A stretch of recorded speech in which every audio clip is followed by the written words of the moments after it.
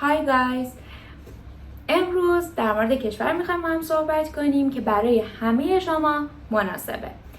یعنی چی؟ یعنی با هر سنی، با هر معدلی و همچنین با هر دیپلمی میتونید برای رشته داروسازی و پزشکی که هم مورد تایید ایرانه و هم مورد تایید اروپاست پذیرش بگیرید.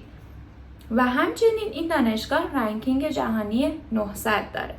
البته در مورد بورسیه دولتی این کشور رو قرار با هم صحبت کنیم که چه شرایطی داره و چطور میتونید برای چه مقاطعی و برای چه رشته‌هایی بورسیه تحصیلی دریافت کنید.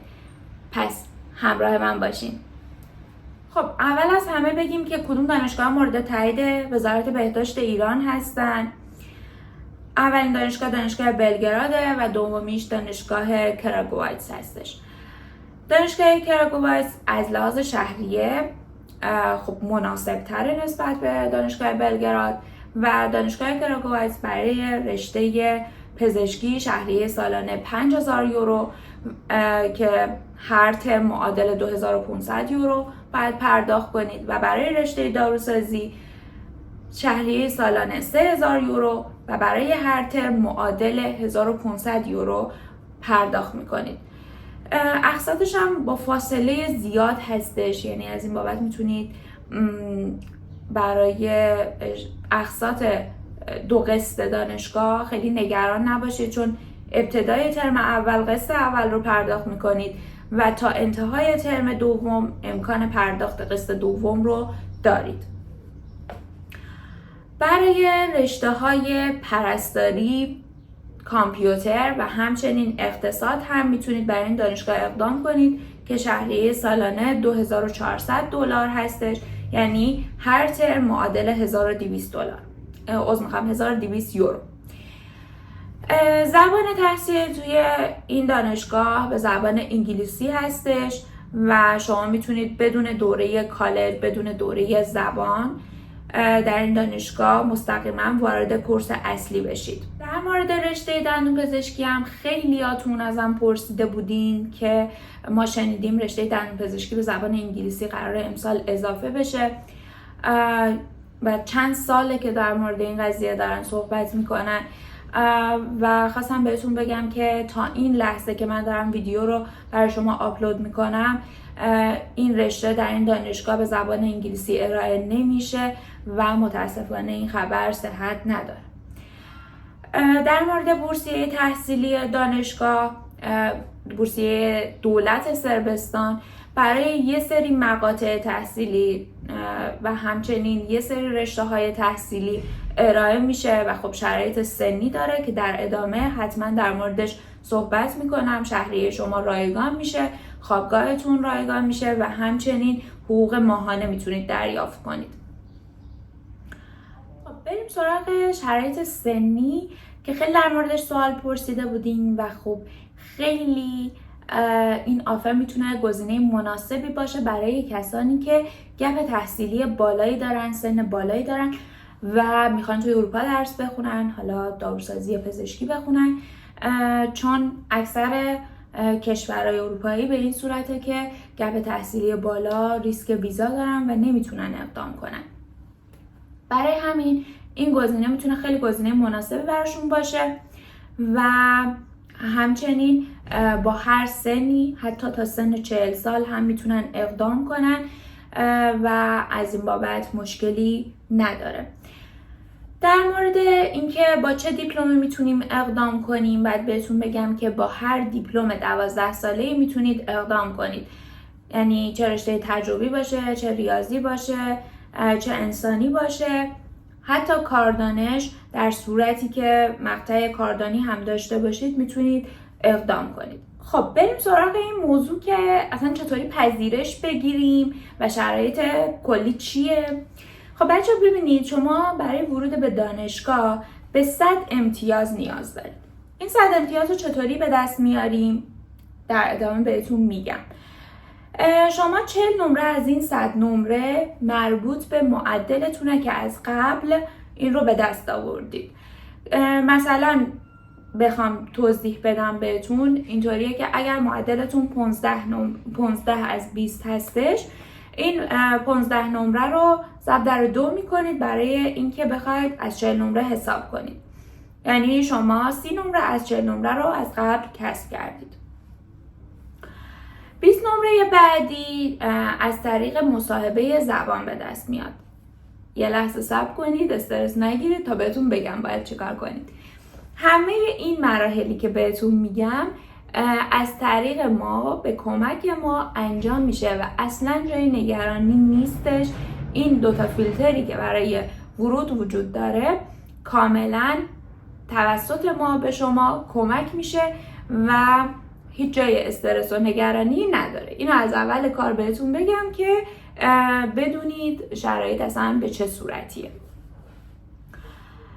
برای مصاحبه زبان در مجموع ممکنه بین 3 تا 5 تا سوال ازتون بپرسن که دقیقاً این سوال است که خودتون رو معرفی کنید، چرا رشته مثلا داروسازی یا پزشکی رو انتخاب کردید و اینکه چرا کشور صربستان رو انتخاب کردید و در نهایت سوال آخر که ازتون ممکنه بپرسن اینه که هدفتون بعد از فارغ التحصیلی چیه؟ خب این از مورد مصاحبه که از 20 نمره معمولا حداقل نمره‌ای که بهتون داده میشه 17 هستش، پس جای نگرانی نداره. و از قبل ما این سوالات رو با شما کار میکنیم، برای مصاحبه آمادتون میکنیم که برای این 3 دقیقه الی 4 دقیقه مصاحبه‌ای که دارید آماده بشید. و این مصاحبه هم به صورت آنلاین برگزار میشه دوستان. گفتم که این رو هم بهتون بگم چون ممکنه سوالتون باشه. و مورد بعدی که بخوام در مورد بحث آزمون صحبت کنیم، یه فیلتر به اسم آزمونش هست، اما این آزمون کاملا فرمالیت است. به چه صورتی؟ به این صورتی که برای درس زیست شناسی 20 تا سوال و برای درس شیمی 20 تا سوال از شما آزمون گرفته میشه که ما توی آزمون، چون آزمون به صورت آنلاین برگزار میشه، توی آزمون هم میتونیم از قبل یه سری نمونه سوالات هستش بهتون میدیم که معمولا این نمونه سوالات تکرار میشه و در حین آزمون هم همچنان میشه بهتون کمک کرد. این هم از بحث آزمون. امیدوارم که از اسم آزمون نترسید و برای خودتون یه غول بزرگ در نظر نگیرید، چون ما همراهتون هستیم. چند بار دارم تکرار میکنم، میخوام بدونید که اصلا جای نگرانی نداره. مسئله بعدی، فیلتر بعدی که وجود داره اینه که شما باید مدرک زبان بگیرید. خب یه سری از دوستان هستن که دانش زبانیشون هنوز به سطح مدرک زبان نرسیده. دانش زبانی در حد A1 A2 هستن و خب میتونن یه کلاس‌های فشرده‌ای بردارن و خودشون رو به آمادگی نسبی برای ورود به دانشگاه برسونن. اما در مورد بحث گرفتن مدرک زبان ما چطور میتونیم بهتون کمک کنیم؟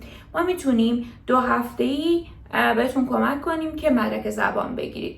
حالا اینکه این پروسه به چه صورتی انجام میشه، بهتره که از طریق شماره واتساپی که اینجا براتون میذارم با ما در ارتباط باشید که کامل در مورد این موضوع بهتون توضیح بدیم که چه کاری باید انجام بدید و چطوری میتونید 2 هفته‌ای مدرک زبان بگیرید. یه نکته‌ای که در مورد آزمون هم باید بهتون بگم برای اینکه استرستون رو بازم کمتر کنه، اینه که شما میتونید ویدیو مربوط به ایتالیا، اسپانیا، ترکیه که اینا هم آزمون ورودی به دانشگاه رو دارن ببینید.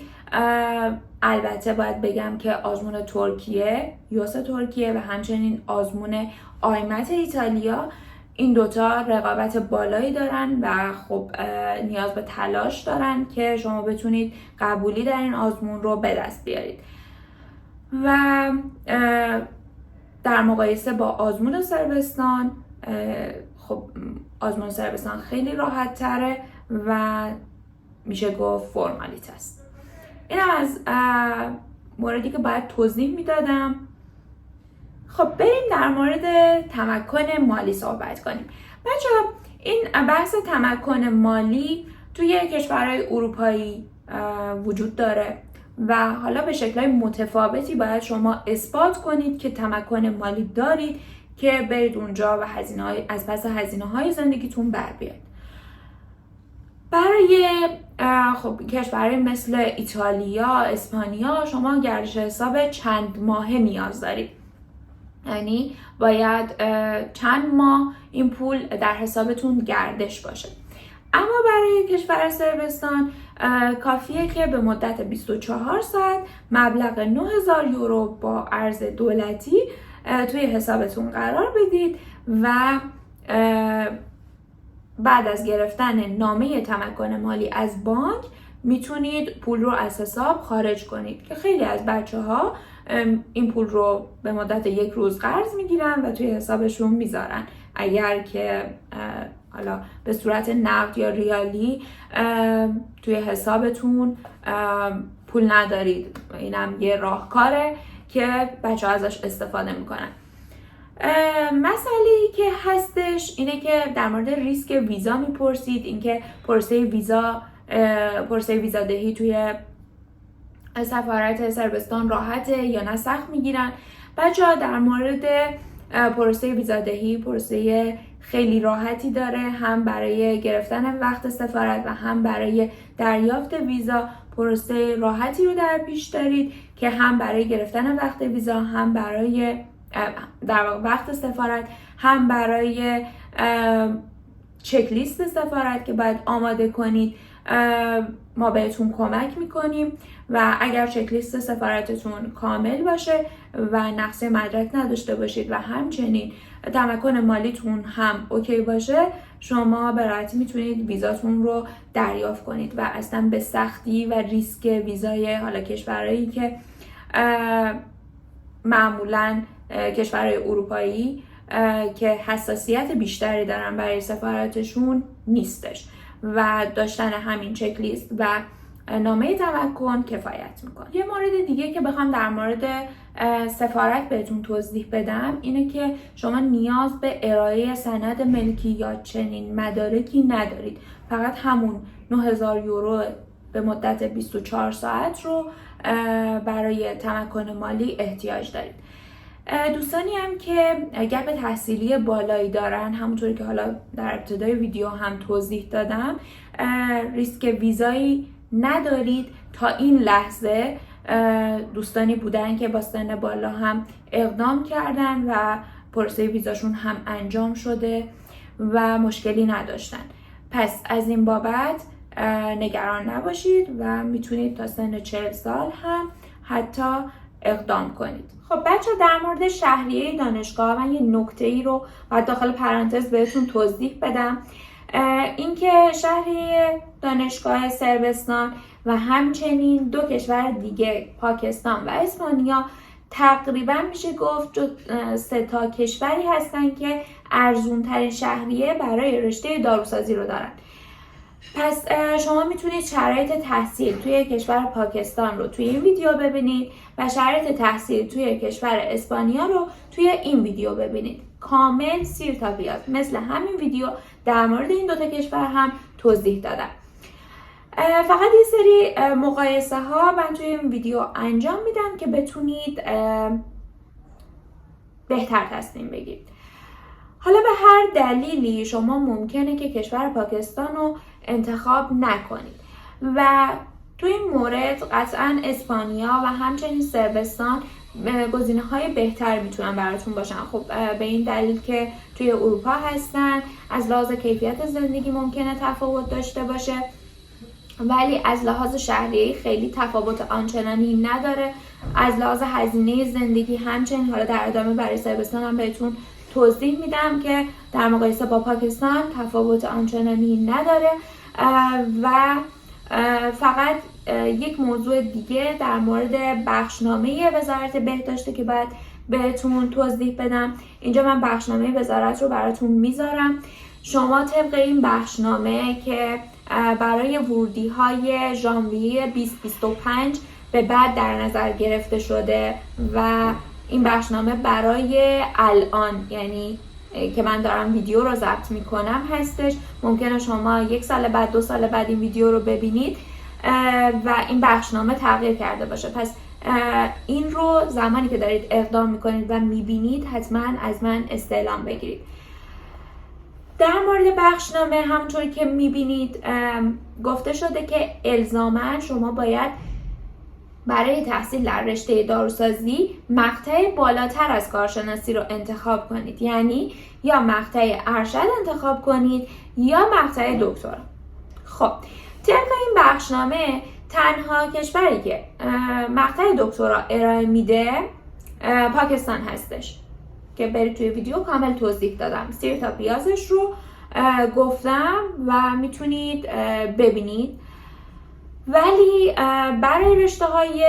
برای کشورهای اروپایی اکثرا مقطع مستر ارائه میشه، ولی تفاوتی توی طول دوره تحصیل وجود نداره و غالبا مثلا دانشگاه کراگوایس واسطه سربستان برای رشته داروسازی 300 واحدی ارائه میده و طول دوره تحصیلش 5 ساله. توی پاکستان هم همینطور 5 ساله هستش. شما بعد از این که از هر کشوری که مورد تایید وزارت بهداشت ایران هستش، فرق نمیکنه سربستان باشه، اسپانیا باشه یا پاکستان باشه، بعد از فارغ تحصیلی و وقتی که میخواید مدرکتون رو معادل سازی کنید که در ادامه شرایط معادل سازی مدرک و برگشت به ایران رو هم بهتون توضیح میدم، بعد از قبولی از آزمون صلاحیت علمی مدرک شما بررسی میشه و تطابق داده میشه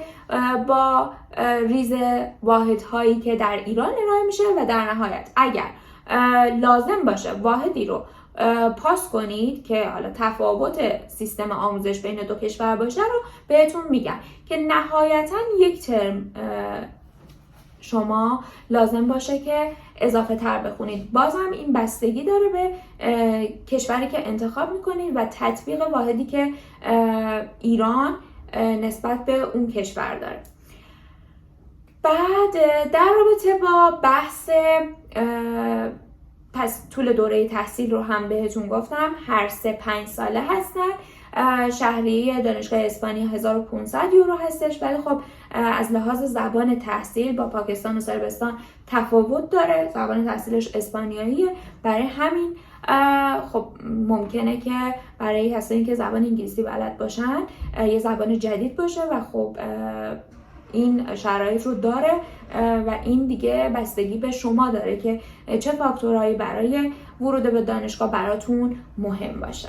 همچنین در مورد رشته پزشکی بخوام کشور سربستان رو با کشورهای دیگه مقایسه کنم، توی کشورهای اروپایی بعد از اسپانیا خب ارزون ترین کشور به حساب میاد و خب البته ایتالیا هم که بورسیه استانی داره و شما تحصیل رایگان دارید، البته فیلترهای خودش رو داره. طبیعتا هر جایی که بورسیه ارائه میده یا شهریه رایگان داره فیلترهای ورودش هم سخت‌تره. اما اگر بخوام با دانشگاه هایی که شهریه پرداز هستن مقایسه کنم، کشور سربستان نسبت به کشور ترکیه که اینجا ویدیوشو میتونید ببینید داخل چنل و همچنین روسیه که حالا در ادامه ویدیوشو میذارم بخوایم مقایسه کنیم و حتی کشور چین شهریه مناسبی داره و خب شرایط ورود راحتی داره، چون الان روسیه آزمون‌های ورودیش حضوری شدن و خب برای همین ورود به این دانشگاه‌ها و همچنین اخراج دانشجوها توی کشور روسیه و دانشگاهاش خیلی رایج شده که حالا بخوام در موردش بیشتر توضیح بدم بهتره که توی ویدیو مختص به خودش این اطلاعات و شرایط رو کامل بهتون بگم، چون این ویدیو مربوط به سربستانه. فقط قسمت هایی که لازم من یه مقایسه کنم با کشور دیگر رو هم براتون میگم. در رابطه با اینکه ددلاین دانشگاه برای اقدام چه زمانی هستش، دوستان ببینید 2 مرحله آزمون برگزار میشه که یکیش در تیر ماه و یکیش در مرداد ماه هستش. حالا تاریخ دقیقش ممکنه یه مقدار جابجا بشه، معمولا هفته اول یا نهایتا هفته دوم برگزار میشه که بهتر همون مرحله اول اقدام کنید، چون تقریبا اکثر ظرفیت دانشگاه رو از طریق مرحله اول پر میکنن و مرحله دوم برای تکمیل ظرفیت هستش. و همونطوری که بهتون گفتم یه لیست مدارکی رو باید آماده کنید برای قبل از آزمون که ثبت نامتون انجام بشه، که این مدارک شامل مدارک تحصیلی شما میشه، دیپلم، ریزنمراتتون و همچنین پاسپورتتون و خب البته ترجمه مدارک که باید به زبان سربی انجام بشه که باز توی ترجمه مدارک هم خودمون مستقیما بهتون کمک میکنید که با کمترین هزینه بتونید ترجمهتون رو انجام بدید. و اینکه مدرک زبانتون هم قبل از آزمون باید آماده شده باشه که خودمون هماهنگی‌های اون رو هم براتون انجام میدیم.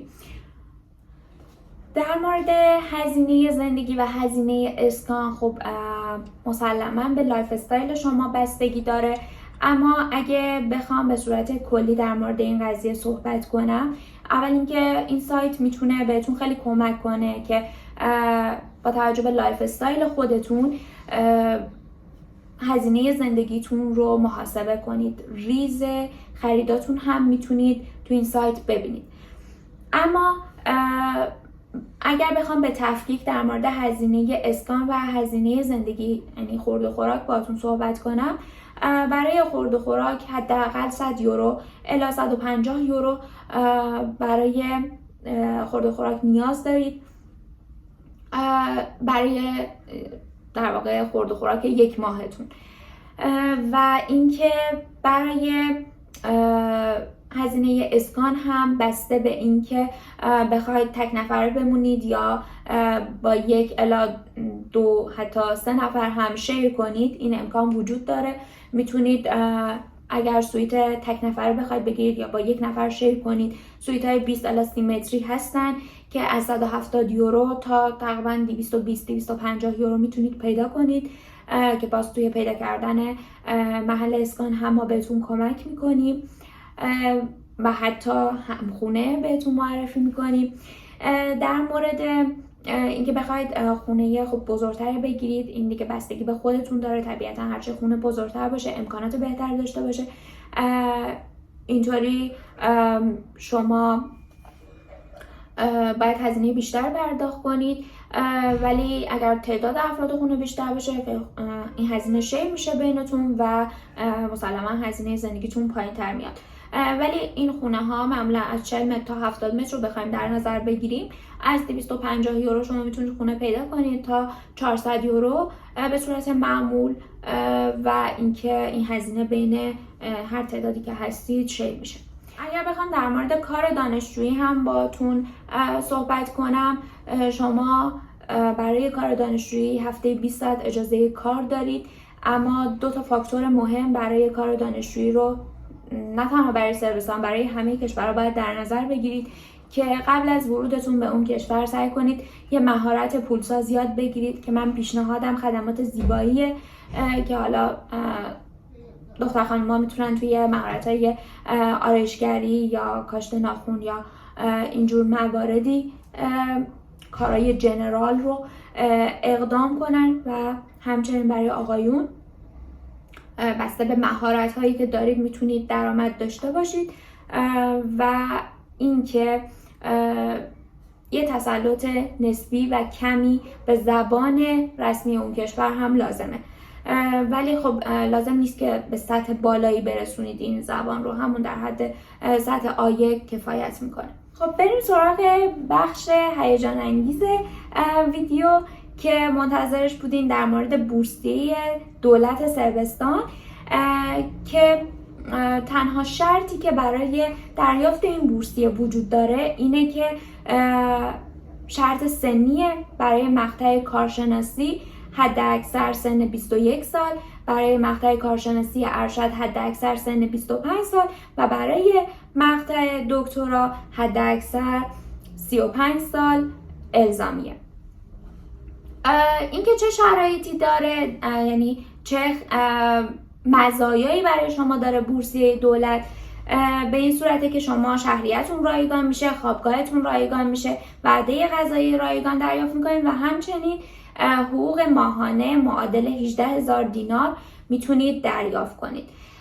چه مدارکی لازم داره؟ خب مدارک تحصیلیتون طبیعتا لازمه به علاوه پاسپورتتون و اینکه سلامت پزشکی هم لازمه که ارائه بشه و همچنین یه فرم درخواست هستش که ما میتونیم در این زمینه هم به شما کمک کنیم که بتونید درخواست بورسیتون رو ثبت کنید.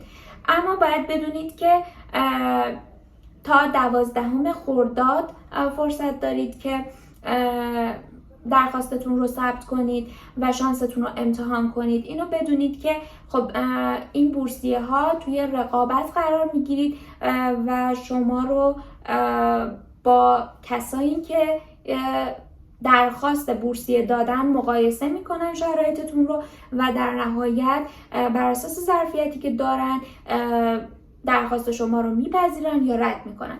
اما تنها شرط که وجود داره اینه که شرط سنی بود که ابتدای صحبتم گفتم و در موردش توضیح دادم. اگر مدرک زبانی داشته باشه خب قطعا شانس پذیرش شما رو بالاتر میبره، شانس دریافت بورسیتون رو بالاتر میبره، ولی الزامی نیستش. یه مسئله دیگه هم این که زبان تحصیل زبان سربیه، زبان انگلیسی نیست و همچنین اگر که میخواید در مورد بورسیه بیشتر بدونید یا شرایطتون بررسی بشه و اینکه بخواید بدونید چه رشته‌هایی دقیقاً میشه اقدام کرد، من سعی میکنم که یه هایلایت سربستان توی پیج اینستاگرام بذارم و رشته‌هایی که میشه برای بورسیه هم اقدام کرد اونجا بتونید به صورت دقیق ببینید و اون در واقع اون فایل پیوست سفارت رو توی هایلایت قرار میدم. در مورد اینکه اگر میخواید نمونه پذیرش ها و ویزاهای ما رو برای کشور صربستان ببینید میتونید به هایلایت دانشجوهام توی اینستاگرام سر بزنید و ویزاهای موفقمون رو ببینید و اگر خواستید ما توی این مسیر همراهتون باشیم و بهتون کمک کنیم چه برای پذیرش دانشگاه چه برای خدمات حضوری که 0 تا 100 همراه شما باشیم، از ترانسفر فرودگاهی گرفته تا راهنمایی جهت ویزا، سفارت و از این قبیل خدمات، میتونید از طریق شماره واتساپی که براتون اینجا میذارم و همچنین توی کپشن میذارم با ما در ارتباط باشید که بتونیم بهتون کمک کنیم توی مسیر قرار بگیرید و همچنین به رشته دلخواهتون با شرایط ایدئال برسید. دوستتون دارم. یادتون نره چنل رو سابسکرایب کنید و ویدیوهای بعدی رو از دست ندید. همچنین میتونید از ویدیوهای قبلی هم برای مقایسه شرایطتون با این ویدیو کمک بگیرید. دوستتون دارم. خدا نگهدار.